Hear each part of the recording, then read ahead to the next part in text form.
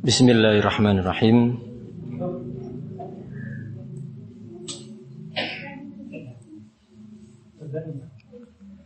Innal hamdalillah nahmaduhu wa nasta'inuhu wa nastaghfiruh wa na'udzu billahi min shururi anfusina wa min sayyiati a'malina may yahdihillahu fala mudhillalah wa may yudlil fala hadiyalah.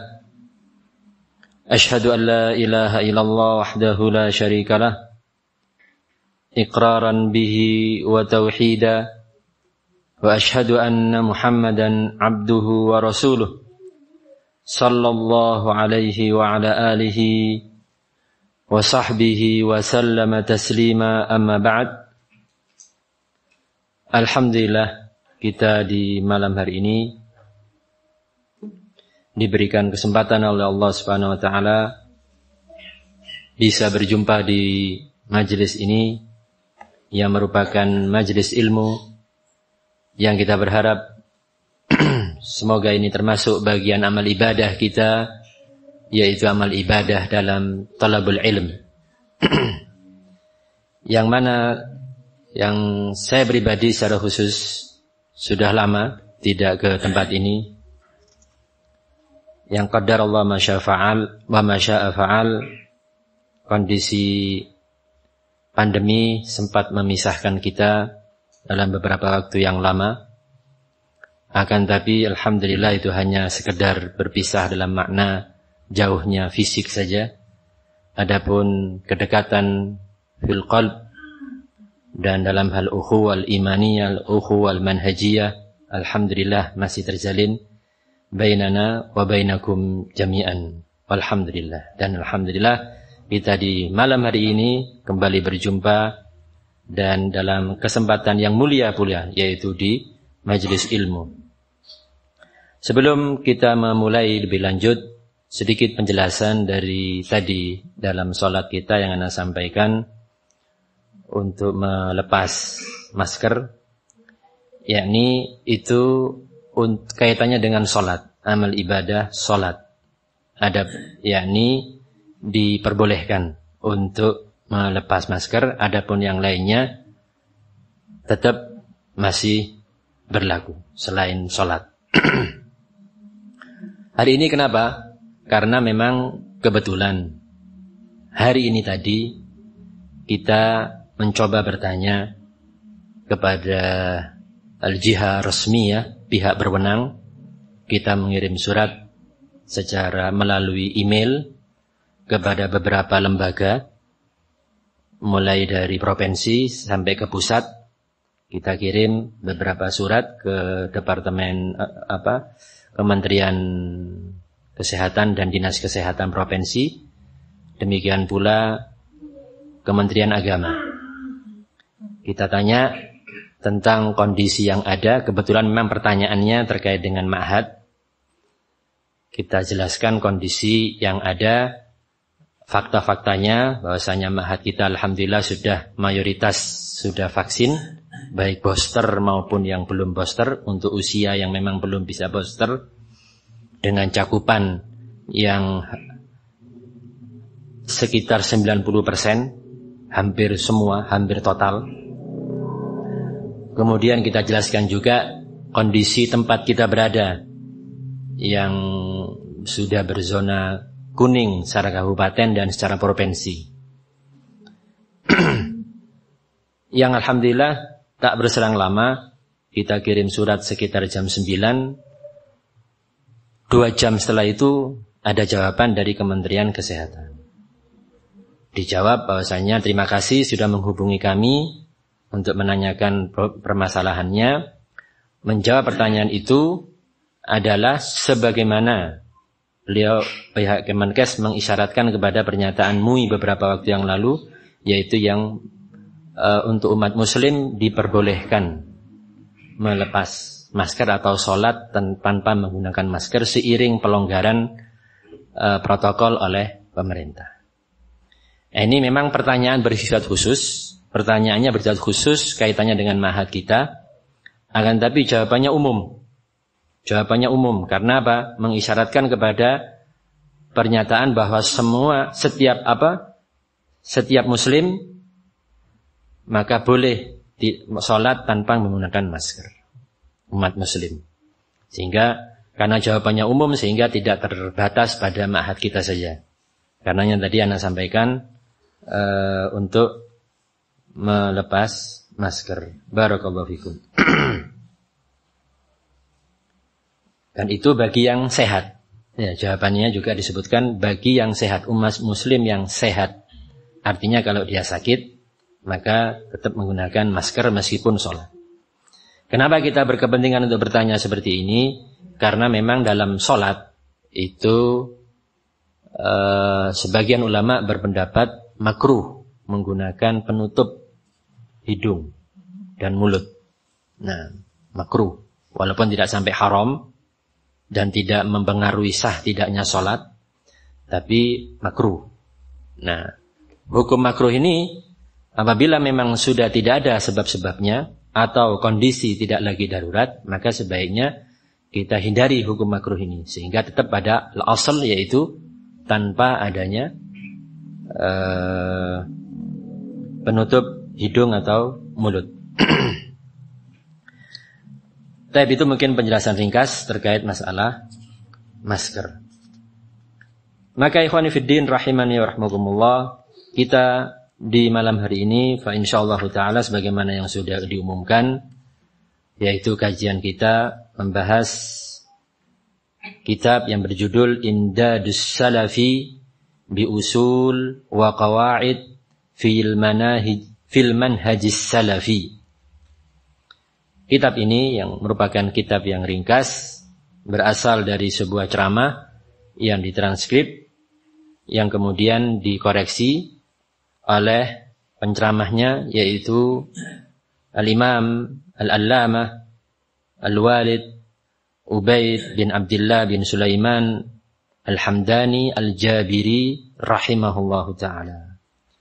Ya.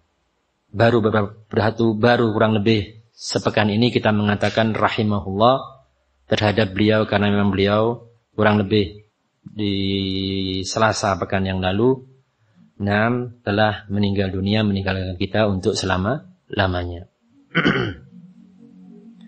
Fa ikhwani fiddin rahimani wa rahmakumullah, maka sebagai bentuk cinta kita kepada beliau dan kebetulan di hari-hari ini kita memulai materi baru, maka ana pilih kitab ini. Ya. Karena memang kitab ini di samping judulnya sangat penting, ya, muallifnya pun berkedudukan sangat penting. Beliau salah seorang alim, bal min kibar ulama di masa ini. Nah, di masa ini yang sangat banyak memberikan sumbangsi yang sangat besar terhadap problem-problem dakwah dan problem-problem manhaj terhadap salafiyin di berbagai belahan dunia. Tak luput di negeri kita. Tak luput pula di negeri kita. Beliau punya peran dan andil besar di dalam turut memberikan membantu sekian fitnah yang lewat atau terjadi menimpa negeri kita. Mulai dari permasalahan al-irsyad dulu. Beliau juga punya fatwa. Yang fatwa itu mudawwanah, ya, tertulis, terekam dan ada pada maktabah beliau. Fatwa beliau, jawaban beliau tatkala menjawab pertanyaan seputar masalah al-irsyad, termasuk tokohnya As-Surgati kala itu. Nah, dan yang masih baru juga fitnah yang terjadi di akhir ini, Al-Allamah Ubaid Al-Jabiri rahimahullah dengan izin Allah Ta'ala juga punya peran. Al-Yad Al-Bayda, tangan yang putih, ya, di dalam membantu memberikan penyelesaian terhadap fitnah ini. Rahimahullahu Ta'ala rahmatan wasi'ah wa askanahu jannati al-firdaus. Maka langsung saja kita mulai pembahasan kitab ini, yang insyaallah masing-masing antum sudah memiliki fotokopinya. Yang masih belum diharapkan bisa memilikinya di pertemuan berikutnya. Karena kajian kita sifatnya menyimak atau membaca kitab ini. Maka pada bagian pertama At-Tamhid, setelah beliau membukanya dengan khutbatul hajah, beliau katakan thumma amma ba'du faya ayyuhal abna iqtadat hikmatullahi subhanahu wa ta'ala annahu fi kulli zaman wa fi kulli makan ayyuhayyi Allahu subhanahu wa ta'ala man yansura aw man yansuru dinahu wa yu'li kalimatahu wa yad'u ilayhi ala basiratin kama annahu muqabilu hadha yanbara aw yanbari man yanbari min ahli al-ahwa alladhina yunasibuna as-salafiyyah wa ahlaha al-ida. Wallahu subhanahu wa ta'ala hakimun alimun latifun khabirun lan yudayyi'a dinahu walakin yadhi'a man yabtaghi ghaira ma ja'a bihi an-nabiyyun wal mursalun alaihimus salatu wassalam anillahi ila ahlil ardi. Kata beliau, faya ayyuhal abna, wahai anak-anakku. Naam, pantas beliau mengatakan ini karena memang usia beliau yang sudah sangat sepuh. Ya. Sehingga terhadap kita semua yang memang kita ini sekedudukan dengan anak-anak beliau atau bahkan mungkin cucu-cucu beliau, ya, secara usia, ya. Sehingga ini beliau pantas mengatakan ini. Sekaligus panggilan ini menunjukkan panggilan kasih sayang, ya, beliau menganggap kita ini sebagai anak-anak beliau, yang berarti beliau punya perhatian. Dan memang demikianlah Salafiyun menganggap beliau berkedudukan sebagai ayah. Karenanya tak jarang kita dengar panggilan Al-Allamah Al-Walid, Al-Allamah Al-Walid kepada beliau. Naam, pantas beliau kita sebut dengan sebutan ini, yang berarti beliau berkedudukan sebagai ayah, layaknya ayah kepada anak-anaknya yang membimbing, menyayangi, ya, mengarahkan. Ini beliau iqtadat hikmatullahi subhanahu annahu fi kulli zaman, bahwa konsekuensi hikmah Allah Ta'ala bahwa di setiap zaman, wa fi kulli makan, di setiap tempat, bahwa Allah pasti akan menyiapkan dan membangkitkan orang-orang yang akan membela agamanya, membela agama Allah. Wa yu'li kalimatahu, dan Allah bangkitkan pula orang yang siap meninggikan kalimatnya. Kalimatullah alladzi huwa kalimatut tauhid. Pasti di setiap waktu, setiap zaman Allah bangkitkan. Siapa mereka? Tak lain ulama, para ulama. Wa yad'u, karenanya kita lihat sifat-sifat ini. Pertama, yansur dinahu, membela agama Allah, meninggikan kalimatullah, wa yad'u ilaihi ala basirah, mengajak ke jalan Allah di atas basirah. Ini tugas alim, tugas da'i yang seperti ini. Berarti Allah bangkitkan da'i, bangkitkan alim di setiap waktu dan zaman yang tugasnya ini. Kama annahu muqabilu hadza, sebagaimana lawan dari ini, di sisi ini, di sisi al-haq, ya, Allah bangkitkan setiap waktu dan zaman, gak pernah kosong. Sebagaimana berita dari Rasul alaihi salatu wassalam, la tazalu ta'ifatun min ummati zahirina 'alal haqq la yadurruhum man khadhalahum hatta ya'tiya amrullah. Akan senantiasa ada di tengah umatku ini satu kelompok, ya, zahirina 'alal haqq, yang mereka akan senantiasa tampil menang di atas kebenaran. Menang di atas kebenaran, menampakkan kebenaran, jaya di atasnya. Yang dalam riwayat lain dengan lafaz mansurin. Dari kata-kata nusrah, nasr, yang berarti menang. Mereka itu mansurin. Kalau zahir itu menampakkan. Karenanya Al-Imam Al-Albani rahimahullah menyebut dua sifat ini, awsaf at-ta'ifah zahira al-mansurah. Kalau sifatnya kelompok yang az-zahira, tampak dia, enggak sembunyi, tampak, menampakkan, menampilkan al-haq. Mansurah, dia juga mereka menang. Ini akan terus ada, kata Rasulullah SAW. La yadurruhum man khazalahum, tidak akan merugikan mereka, tidak akan memadaratkan mereka orang-orang yang khazalahum, menghinakan, menyia-nyiakan mereka. Nah, sampai datangnya perintah Allah, yakni yaumul qiyamah, yang akan terus ada sampai yaumul qiyamah. Nah, sebagaimana lawannya, kata Syekh, tampil pula orang-orang yang tampil dari kalangan ahlul ahwa. Yang mereka menegakkan atau memancangkan permusuhan kepada as-salafiyah dan para pembela atau pengikut salafiyah. Memancangkan bendera permusuhan. Ini lawannya.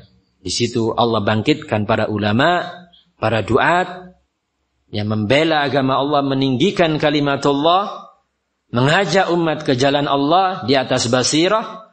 Lawannya ada dari ahlul ahwa, para pengekor hawa nafsu yang memancangkan bendera permusuhan kepada pihak salafiyah dan pengikut salafiyah. Nah, namun jangan khawatir. Syekh mengatakan wallahu subhanahu hakimun. Allah itu hakim. Kenapa dibuat seperti itu? Allah hakim, maha bijaksana. Allah alim, maha tahu. Allah latif, maha lembut. Ya, khabir, mengerti segala sesuatu secara detail. Ya. Sehingga Allah berbuat seperti ini. Kenapa Allah takdirkan menjadi seperti ini? Ya. Ini bersumber dari kebijakan Allah Subhanahu wa taala. Ini bersumber dari ilmu Allah Subhanahu wa taala. Allah lebih tahu, lebih khabir tentang maslahah atau dampak positif apa di balik ini semua. Hikmah apa di balik ini semua. Nah. Dan Allah lan yudayyi adinahu, Allah tidak akan menyia-nyiakan agamanya. Allah jaga agama ini. Sehingga jangan khawatir kita. Jangan kita khawatir bagaimana nanti nasib din Allah. Bagaimana nanti nasib salafiyah. Allah yang menjaga. Allah menjaga dakwah ini. Allah yang menjaga agamanya. Namun permasalahannya adalah Allah tidak menjamin pribadi-pribadi kita. Salafiyah Allah jaga, Allah jamin. Tapi yang mengikuti salafiyah ini tidak ada jaminan. Ya. Tapi bisa kita mendapat jaminan itu. Bagaimana caranya? Nah, bagaimana caranya? Adalah apabila kita benar-benar siap membela agama ini.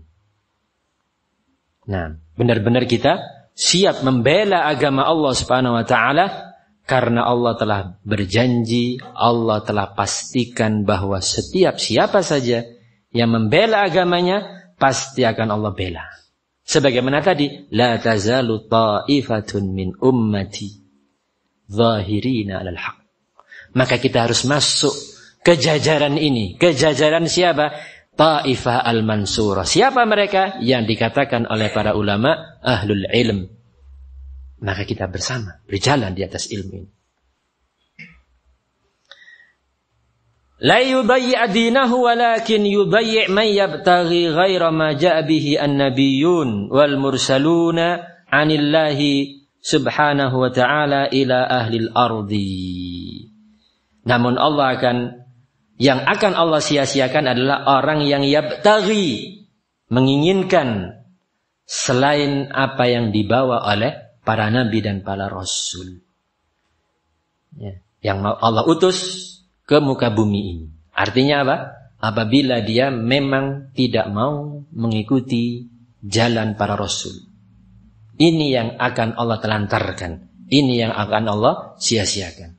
Sehingga ikhwani fiddin rahimani wa rahmakumullah, imma kita benar-benar ikut membela agama Allah, ataukah kita justru sebaliknya lebih memilih mengikuti hawa nafsu. Lebih memilih mencari jalan lain selain jalan Nabi dan jalan para Rasul. Ikhwani fiddin rahimani wa rahmakumullah. Demikian peran besar orang-orang yang Allah bangkitkan untuk membela agamanya ini. Peran besar para ulama. Sehingga kita harus tahu dan harus mengerti kedudukan mereka.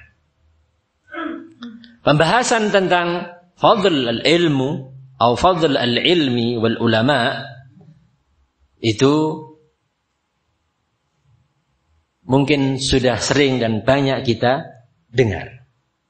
Akan tapi ikhwan fiddin rahimani wa rahmakumullah, di majelis ini kita ingin sampaikan bagaimana peran mereka seperti yang digambarkan oleh Al-Imam Ahmad bin Hanbal rahimahullahu ta'ala dalam kitab beliau di Muqaddimah Ar-Raddu 'alal Jahmiyah waz Zanadiqah.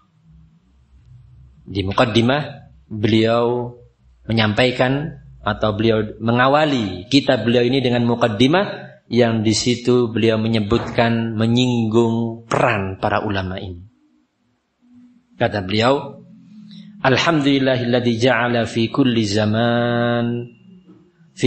zamanin fatratin minar rusuli baqaya min ahlil ilm.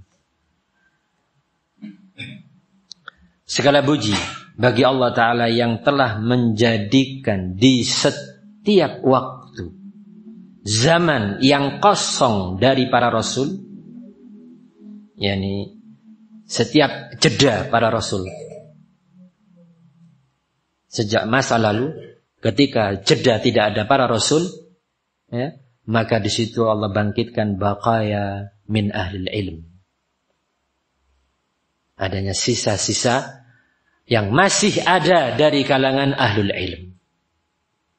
Termasuk di zaman sepeninggal Nabi alaihi salatu wassalam. Sepeninggal Nabi kita Muhammad sallallahu alaihi wasallam, maka di setiap zaman Allah bangkitkan. Di situ ada para ulama yang tegak. Nah, yad'una, perhatikan bagaimana peran mereka. Yad'una man dhalla ilal huda wa yasbiruna minhum 'alal adza. Para ulama itu mengajak orang-orang yang tersesat ilal huda, diajak kepada hidayah. Yad'un, diseru, diajak, dipanggil. Orang yang dhalla ini tadi, tersesat jalannya, diajak kepada hidayah. Wa yasbiruna minhum 'alal adza. Dan setelah itu apa? Setelah itu mereka bersabar, para ulama tadi. Yasbirun. Ketika mendapati dari mereka yang diajak ini tadilah, yang diajak ini mendapati para mendapati dari mereka al-adza, gangguan. Berarti gangguannya tidak hanya dari musuh yang memang jelas-jelas memusuhi. Orang yang diajak tadi ini tidak semuanya menerima. Atau menerima tapi lebih dulu memberikan adza, gangguan. Tapi ulama sabar. Sabar dalam mengajaknya. Diajak terus, diajak. Dikasih petunjuk, diberikan petunjuk. Menolak, mencela, mencaci. Tapi yasbirun, para ulama tadi sabar. Yasbiruna minhum 'alal adza.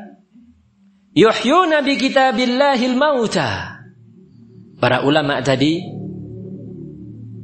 menghidupkan orang-orang yang mati dengan apa? Bi kitabillah. Bukan mati fisiknya, tapi mati qalbunya. Dan kematian qalbu lebih berat daripada kematian fisik. Bahkan orang bisa saja fisiknya masih hidup, jasadnya masih berjalan di muka bumi, namun jasad ini menjadi kuburan. Kenapa? Kuburan bagi qalbunya, karena qalbunya mati. Sehingga dia hidup namun qalbunya mati. Sehingga di mana qalbunya? Terkubur di dalam jasad yang berjalan itu tadi. Nah, para ulama menghidupkan orang-orang yang mati ini tadi. Mati apanya sekali lagi, ikhwan? Sekali lagi mati qalbunya.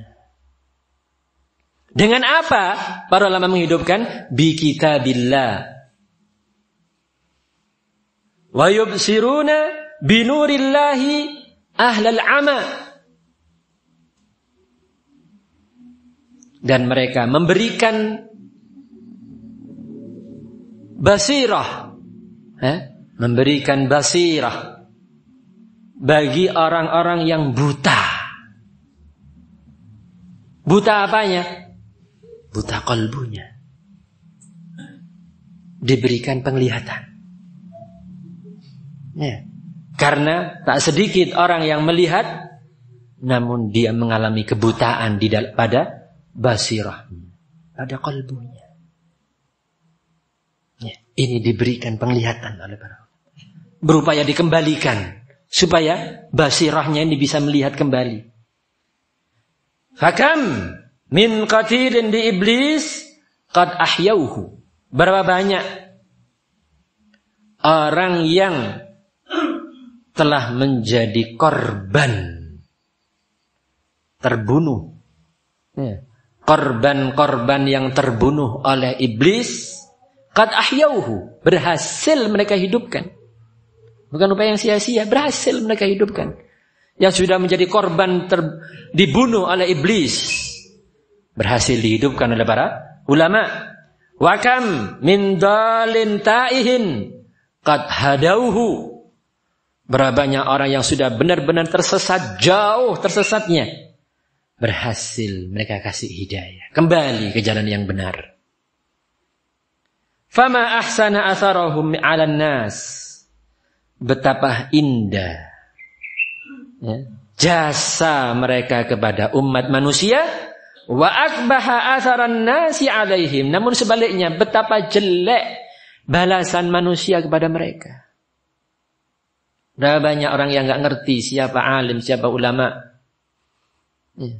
Dengan lancang mereka mencaci maki. Yang masih buta, yang masih sesat, yang masih mati kolbunya, itu berapa banyak yang mencela,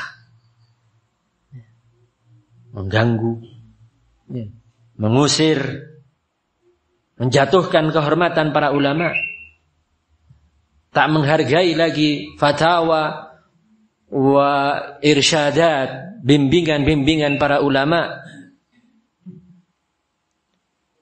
Sungguh indah ya, jasa para ulama ini terhadap umat. Namun sayang, betapa jeleknya balasan umat terhadap para ulama itu. Apa saja jasa-jasa para ulama itu? Sebanyak yang telah disebutkan tadi, beliau menjelaskan lebih jauh. Yanfuna an kitabillahi tahrifal ghalin wa intihalal mubtilin wa ta'wilal jahilin. Para ulama tadi telah membersihkan dari kitabullah tahrifal ghalin, penyimpangan-penyimpangan makna oleh orang-orang yang ekstrim, wa intihalal mubtilin, dan pengakuan-pengakuan kedustaan-kedustaan para pembawa kebatilan dari kalangan ahlul bid'ah dan yang lainnya. Ya, wa ta'wilal jahilin, dan penafsiran-penafsiran keliru oleh orang-orang yang jahilin, yang bodoh, alladzina aqadu alwiyatal bid'ah. Karena kebodohannya, ya, mereka ikut-ikut mengibarkan bendera kebid'ahan, wa atlaqu ananal fitnah, dan ikut menebarkan, ya, jeratan-jeratan fitnah. Ikhwani fiddin rahimani wa rahimakumullah, itu diantara gambaran ringkas tentang kedudukan dan jasa serta peran besar para ulama. Dan ini kita saksikan bagaimana ketika mereka, peran mereka ini memberikan petunjuk kepada orang yang buta, ya. Kemudian menghidupkan orang-orang, berhasil menghidupkan korban-korban yang telah terbunuh oleh iblis ketika fitnah terjadi. Berapa banyak yang tadinya menjadi korban fitnah kembali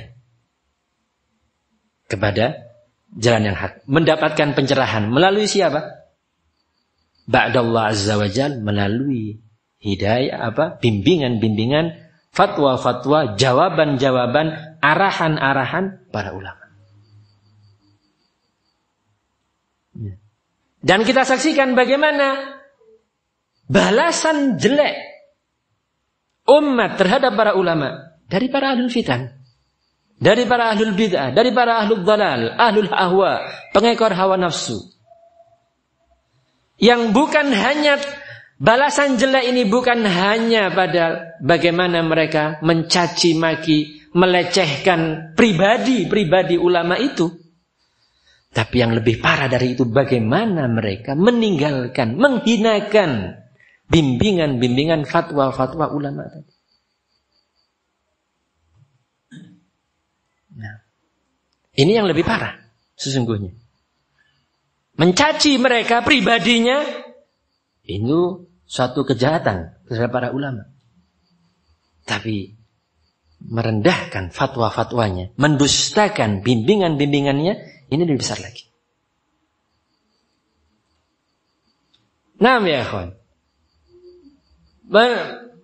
mengikuti bimbingan para ulama, ya, atau yang sering dengan bahasa bersama ulama, ya, itu tak sekedar intisab, menisbahkan diri atau pengakuan-pengakuan saja, ya. Tapi bagaimana seseorang tatkala timbul nazilah atau timbul fitnah, sejauh mana dia mengikuti bimbingan ulama itu. Wa illa, kalau penisbahan diri ya ikhwan, berapa banyak yang bangga menisbahkan diri murid Al-Allamah Ibn Baz rahimahullah. Tapi tatkala terjadi fitnah, dia yang tampil pertama melawan fatwa. Ya. Salman Al-Audah, Safar Al-Hawali, itu bukan orang sembarangan, murid-murid besar dari ulama-ulama tersebut. Tapi tatkala terjadi fitnah, fitnah sururiyah, apa yang terjadi? Murid terbaik Al-Allamah Al-Albani, muhaddis, sampai-sampai dianggap ahli warisnya sudah. Apa yang terjadi? Fitnah. Ali Hasan Al-Halawi, yang dianggap Masya Allah muhaddis muda, sejak umur 30-an sudah luar biasa.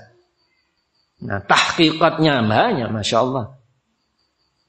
Abi Umainah Al-Allamah Rabi' bin Hadi hafizahullah ta'ala telah melihat fitnah orang ini sejak 30 tahun. Disabari oleh beliau. Yang dianggap murid tadi. Murid terbaik ini tadi.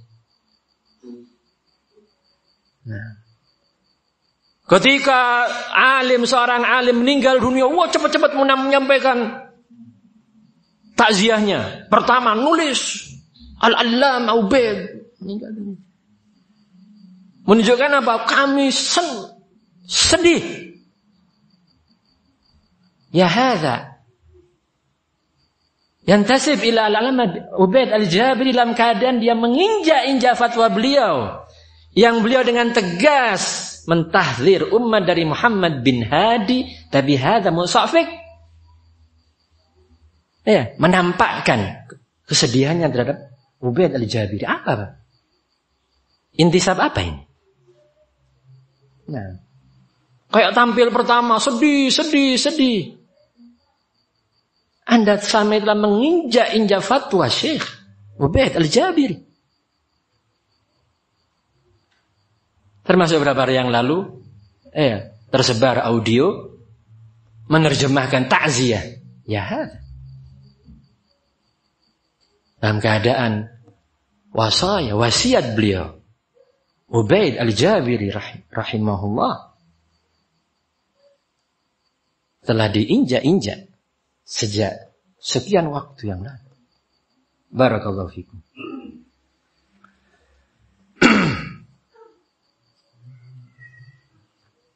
Kemudian ikhwan fiddin rahimani wa rahmukumullah, beliau melanjutkan, "Fallahu subhanahu lam yaj'al ahadan safiran bainahu wa baina khalqihi yuballighuhum anhu syar'ahu siwa man istafahu minan nabiyyin wal mursalin."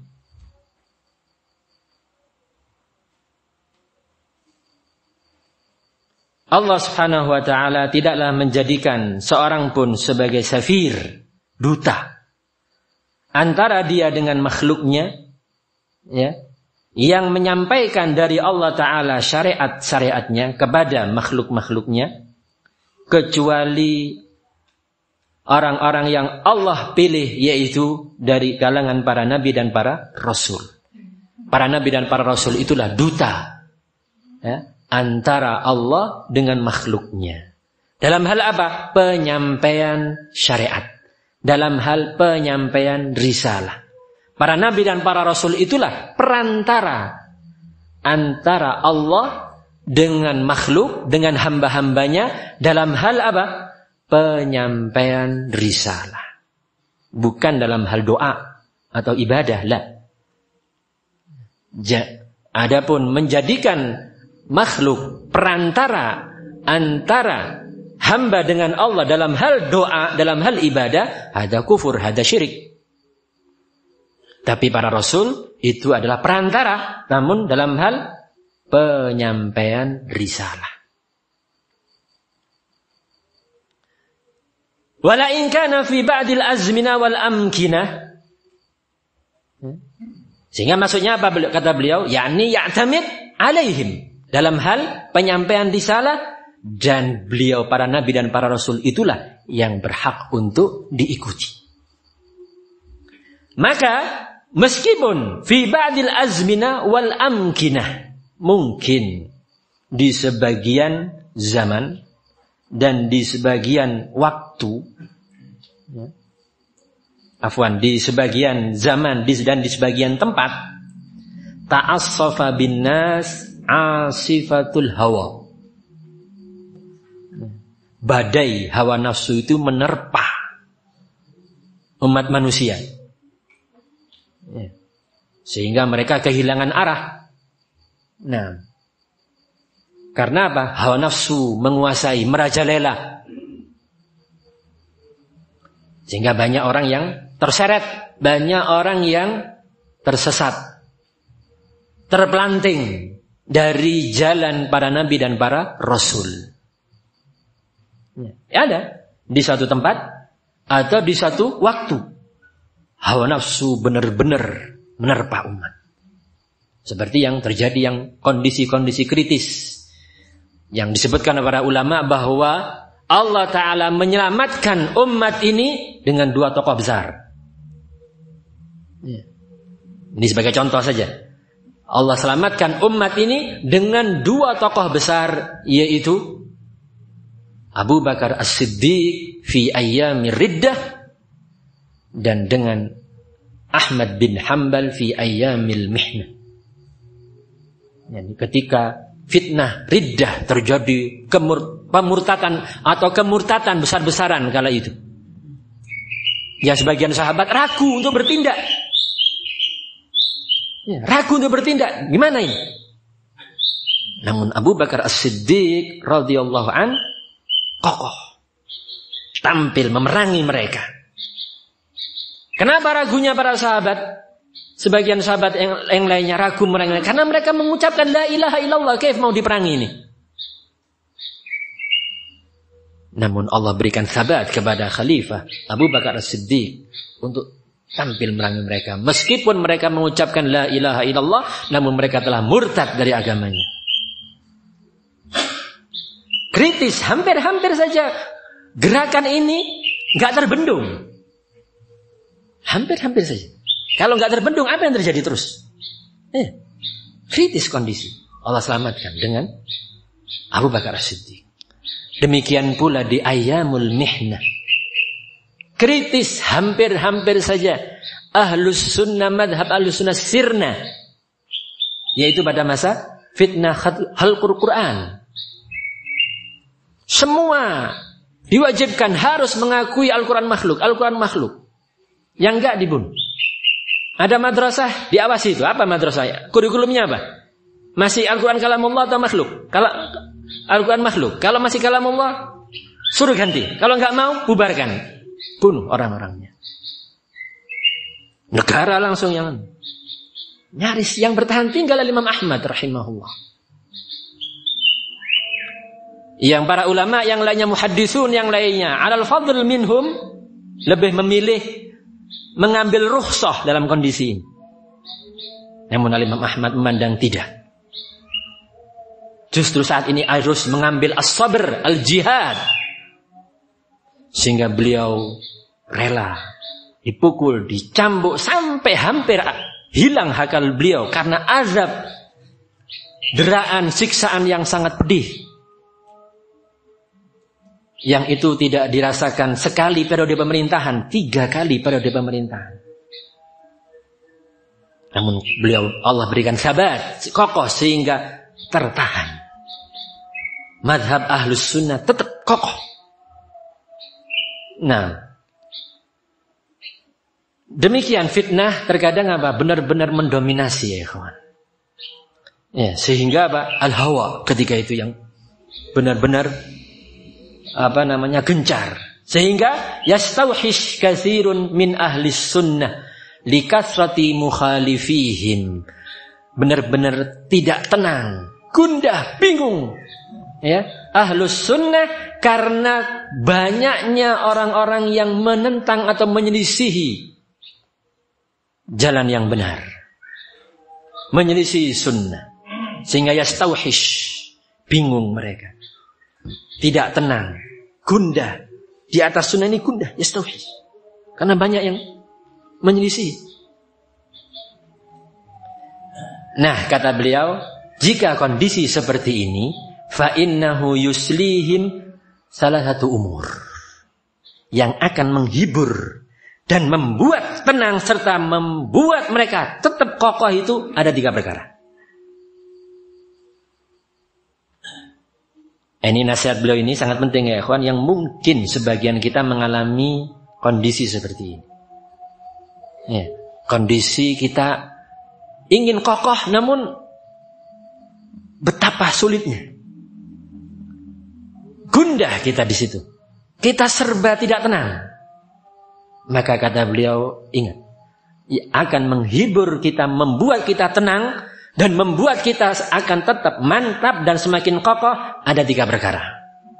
Al-amrul awwal, yang pertama, fi qaulihi jalla wa ala. Yani ingatlah firman Allah jalla wa ala, wa may yuti'illaha war rasula faulaika ma'al ladzina an'ama Allahu 'alaihim minan nabiyyin was-siddiqin wasyuhada'i was-salihin wa hasuna ulaika rafiqa.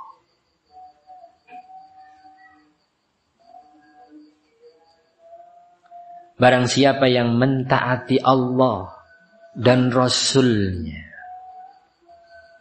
dia berada di jalan ta'atullah wa ta'atir Rasul, berjalan di atas jalan ini dia, maka mereka itu bersama orang-orang yang Allah beri nikmat atas mereka. Jangan khawatir. Kalian itu bersama, berjalan bersama orang-orang yang Allah beri nikmat. Siapa mereka? Dari kalangan para nabi, para siddiqin, para syuhada, para salihin.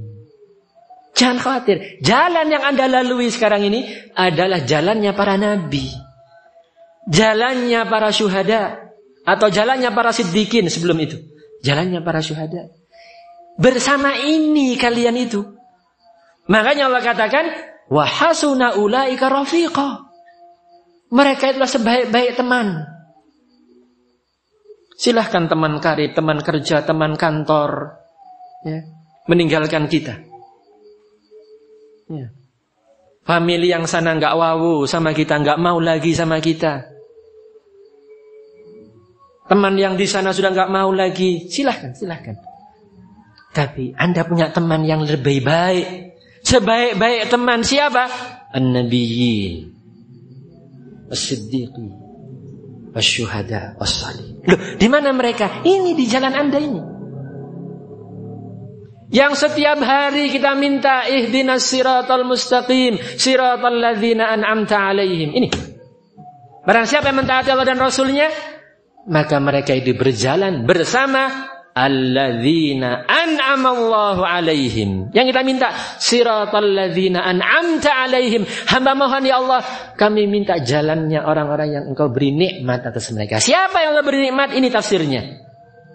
Yaitu para nabi, para siddiqin, para syuhada, as-salihin. Siapa yang lebih afdal daripada ini? 4 kelompok. Pertama para nabi, derajat tertinggi. Yang kedua para siddiqin. Yang terdepan siapa? Siddiqin yang terdepan, Abu Bakar As-Siddiq. Wasyuhada, siapa syuhada yang terdepan? Umar bin Khattab, Al-Faruq, Uthman bin Affan, Ali bin Abi Talib. As-salihin, para salihin. Maka kata Syekh, faman istawhasha likasratil mukhalifin wa wajadal ghurbah likillatis salikina maslakahu. Maka barang siapa yang gundah karena banyaknya orang yang menyelisihi dia, dan dia mendapatkan keterasingan karena sedikit orang yang menempuh jalan ini, idza tadzakkar, kalau dia ingat anna rifaqahu ala tariqil haqqi wal huda ulaikumul asnaf al-arba'ah. Maka kalau dia ingat bahwa teman dia, ya, di jalan kebenaran dan di jalan hidayah ini adalah 4 kelompok tadi, zalat anhu al-wahsyah. Ya, maka akan hilang kesedihan atau kebingungan tadi itu. Kalau dia ingat ini, oh teman saya Nabi, di jalan ini jalannya para nabiin, bukan jalannya teman kerja atau bos saya yang sana tadi, bukan.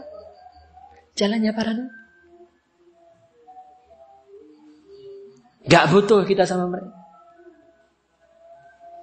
Maka kata beliau akan hilang kegundahan tersebut, wa asbaha qawiyal azimah, dan dia akan menjadi qawiyal azimah, memiliki tekad yang kuat, masdudan bihim azrahu, dan akan semakin mengokohkan langkahnya, ya, la yakhsha fillahi laumata laim, sehingga dia tidak lagi takut di jalan Allah ini celaan para pencela.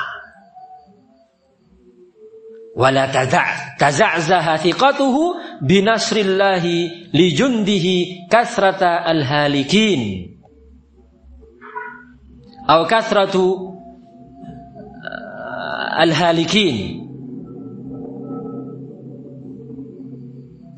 Dan tidak akan taza'za, tidak akan goncang. Thiqahnya dia, percayanya dia dengan pertolongan Allah terhadap tentara-tentaranya. Gak akan ragu dia, gak akan taza'za, gak akan melemah keyakinan ini. Percaya dia, thiqah dia dengan pertolongan Allah Subhanahu wa taala. Ya. Dan ini apa ya ikhwan?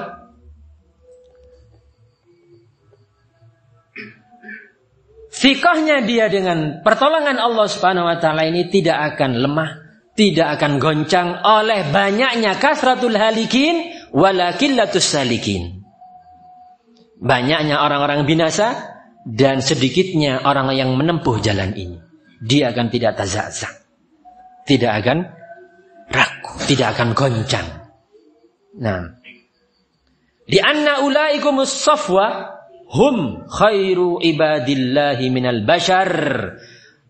Karena 4 jenis tadi itu adalah hamba-hamba Allah yang terbaik dari kalangan manusia. Aman kana rafiquhu khaira ibadillah falan yastauhish. Sehingga barang siapa yang temannya itu adalah sebaik-baik hamba Allah, maka dia tidak akan gundah. Bal yazdadu sabatan wa sabran wa yaqinan wa quwwatan. Bahkan justru dia akan semakin kokoh. Ya, dia semakin sabar, dia akan semakin yakin, dan dia akan semakin kuat. Ini perkara yang pertama. Mungkin tadi ada sedikit diperbaiki bacaannya. Wala tuza'zi'u thiqatahu binasrillahi lijundihi kathratul halikin. Ya. Ini perlu diperbaiki tadi. Wala tuza'zi'u thiqatahu binasrillahi lijundihi kathratul halikin. Sehingga kathratul halikin fa'il daripada tuza'zi'u. Nah, fa'il muakhar, adapun thiqatahu itu maf'ul bihi muqaddam. Ini al-amrul awal. Ya, sehingga apa ya? Prinsip pertama yang akan menghibur kita, menguatkan kita adalah kita harus ingat bahwa bersama siapa kita di jalan ini. Siapa teman-teman kita di jalan ini? Yaitu para nabi, para siddiqin, para syuhada, dan salihin. Mereka lah sebaik-baik teman. Apabila kita ingat ini, bahasanya kita bersama hamba-hamba Allah yang terbaik, maka kita tidak akan sedih, kita tidak akan bingung, kita tidak akan gundah. Ya. Namun sebaliknya, yazdad thabatan wa sabran wa yaqinan wa quwwatan. Dia akan semakin kokoh, semakin sabar, semakin yakin, dan semakin kuat. Yang kedua, ma jaa fil hadis as-sab'ina al-alaf alladzina yadkhuluna al-jannah bila hisab. Hadis yang tentang 70.000 orang yang masuk surga tanpa hisab. Hadisnya panjang. Ya. Wa huwa mukharrajun an Ibnu Abbas radhiyallahu anhu anin Nabi sallallahu alaihi wasallam fi sahihain. Hadis ini diriwayatkan dari sahabat Ibnu Abbas radhiyallahu anhuma dari Nabi alaihi salatu wassalam di dalam as-sahihain. Wa qad jaa fihi, terdapat di situ, yakni di bagian awal hadis. Ini yang hendak beliau bahas dari hadis ini. Fara'aitun nabiyya wa ma'ahu rahat. Kata Nabi. Beliau bersabda, aku melihat, yakni di akhirat nanti. Aku melihat di situ ada seorang nabi, bersamanya ada sejumlah rahat. Rahat itu jumlah antara 3 sampai 10.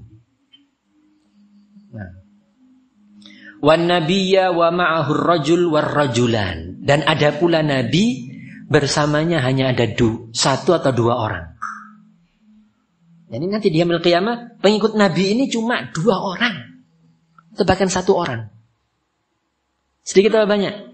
Sedikit ya. Sedikit. Wan nabiyya laisa ma'ahu ahadun. Bahkan ada nabi yang gak ada pengikutnya seorang pun. Nabi loh ini. Bukan sekedar wali. Bukan sekedar kanjeng sunan. Tapi kanjeng nabi. Kalau pakai bahasa kanjeng. Ya.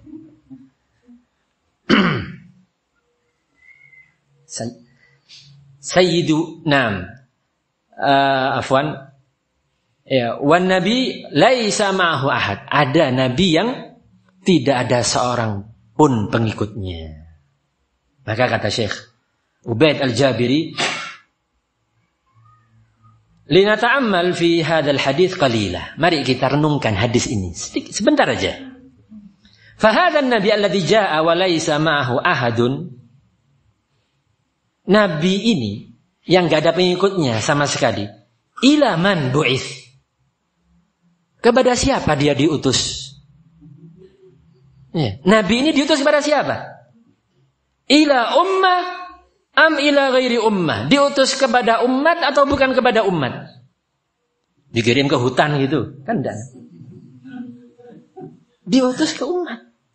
Datangi umat manusia, begitu loh maksudnya. Diutus oleh Allah mendatangi umat manusia. Bal ila ummah. Bu'itsa bimadza? Setelah pertanyaan tadi, diutus kepada siapa? Jelas jawabannya ila ummah. Diutus kepada umat. Nah, kemudian bu'itsa bimadza? Diutus membawa apa Nabi tadi itu? Alam yakun mab'utsan dzalikumun nabi. Sallallahu alaihi wasallam alladzi lam yujib ahadun. Au an-nabi ajabahu ar-rajulan aw ar-rahat wa humus tsalatsa ila al-'ashrah aw ila at-tis'ah. Alam yakunu ja'u bil huda wa dinil haq. Alam yakunu a'zaman nas makanan 'inda Allah subhanahu wa ta'ala. Ya. Bukankah nabi yang diutus tadi itu? Ya. Yang tidak diikuti oleh seorang pun. Tidak ada seorang pun yang mengikuti dakwahnya. Atau hanya diikuti oleh 2 orang atau oleh ar-rahat 3-10 atau 3-9. Bukankah mereka itu datang diutus oleh Allah dengan membawa al-huda wa dinil haq? Bukankah mereka dengan itu menjadi orang termulia di sisi Allah Subhanahu wa taala? Ada yang menyatakan Nabi itu bukan makhluk termulia di sisi Allah? Ada? Maka kata Syekh, fama adzunnu ahadan minkum yukhalifuni fil jawab bibala. Aku enggak mengira ada yang berbeda denganku untuk menjawab betul. Yani betul, para nabi itu diutus dengan apa? Dinil haq. Bil huda wa dinil haq. Dan betul bahwa para nabi itu adalah manusia termulia di sisi Allah. Nah, jika nabi tadi manusia termulia di sisi Allah datang bil huda wa dinil haq, ternyata sampai apa? Pengikutnya sedikit, bahkan ada yang tanpa pengikut. Nah, fa kaifa biman dunahu biman yad'u ila Allah ala basirah. Maka bagaimana dengan manusia yang tingkatannya di bawah nabi tadi? Jelas di bawah para nabi semua manusia. Yang mereka yad'u ila Allah ala basirah, berdakwah di jalan Allah di atas basirah. Cuma sekedar wali atau sekedar alim atau bahkan sekedar ustadz. Nah, bagaimana? Wong nabi aja ada yang enggak punya pengikut, lah bagaimana kalau ustaz? Jangan heran. Jangan heran. Ini nabi loh, kurang hikmah apa lagi dakwahnya? Kalau ustadz kan mungkin ustadznya nggak hikmah, nggak bisa bergaul, nggak kurang serawung sama masyarakat, ya. Nah, Nabi kurang hikmah gimana dakwahnya? Kalau ada problem langsung ditolong oleh Allah Subhanahu Wa Taala, diberi mukjizat. Nah, sehingga apa? Kalau Nabi aja ada yang tanpa mengikut, maka jangan heran yang orang manusia yang derajatnya di bawah Nabi. Kalau enggak punya pengikut. Kalau enggak punya, jangan heran. Ini pelajaran pertama dari hadis tadi. Tsaniyan, yang kedua, hadzal hadis fihi dalil ala annal ibrata laysat bil kasrah. Hadis ini juga menunjukkan sebagai dalil bahwa yang menjadi patokan itu bukan jumlah yang banyak. Tadi Nabi jumlahnya sedikit pengikutnya. Oh, berarti nggak benar lah. Ada ustadz dakwah, dia berjalan di atas basirah, nggak ada pengikutnya. Wah, batil tadi. Ya, kalau benar kan mobilnya banyak yang hadir kalau taklim. Nah,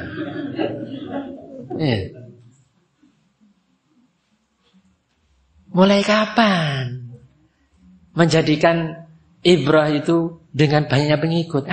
Pelajaran kita. Annal ibrata laysat bil kasrah. Bahwasanya patokan itu bukan dengan jumlah yang banyak. Bal al ibrah fi isabatil haq. Yang menjadi patokan itu adalah menepati al-haq. Sesuai dengan al-haq. Wa qad tafattana ila hadha Asy-Syaikh Muhammad bin Abdul Wahhab rahimahullah, dan sudah jeli menangkap pelajaran ini, ya, adalah Syekhul Islam Muhammad bin Abdul Wahhab. Idz qala fi masailihi 'alal bab wal hadis, ketika beliau menyebutkan dalam masailnya tentang bab dan hadis ini, karena hadis ini dimuat oleh beliau di dalam Kitabut Tauhid. Ya. Bab man haqqaqa at-tauhid dakhala al-jannah bila hisab. Di bab ini beliau memuat hadis ini. Nah, ketika memuat hadis ini beliau menyebutkan masail, yakni faedah yang bisa diambil dari hadis ini. Apa? Beliau sudah nukilkan itu di Kitabut Tauhid. Ya, kita sudah pernah kan belajar Kitabut Tauhid. Apa? Samaratu hadzal ilm. Buah ilmu ini. Wa huwa adamul ightirar bil kasrah. Tidak silau dengan jumlah yang banyak. Tidak menafikan al-haq, kebenaran kadang-kadang jumlahnya banyak. Tapi jangan silau ketika itu bangga banyak. Tatkala terjadi ini langsung Allah berikan pelajaran penting di peristiwa perang Hunain. Tergangga dengan jumlah yang banyak, langsung Allah kasih pelajaran.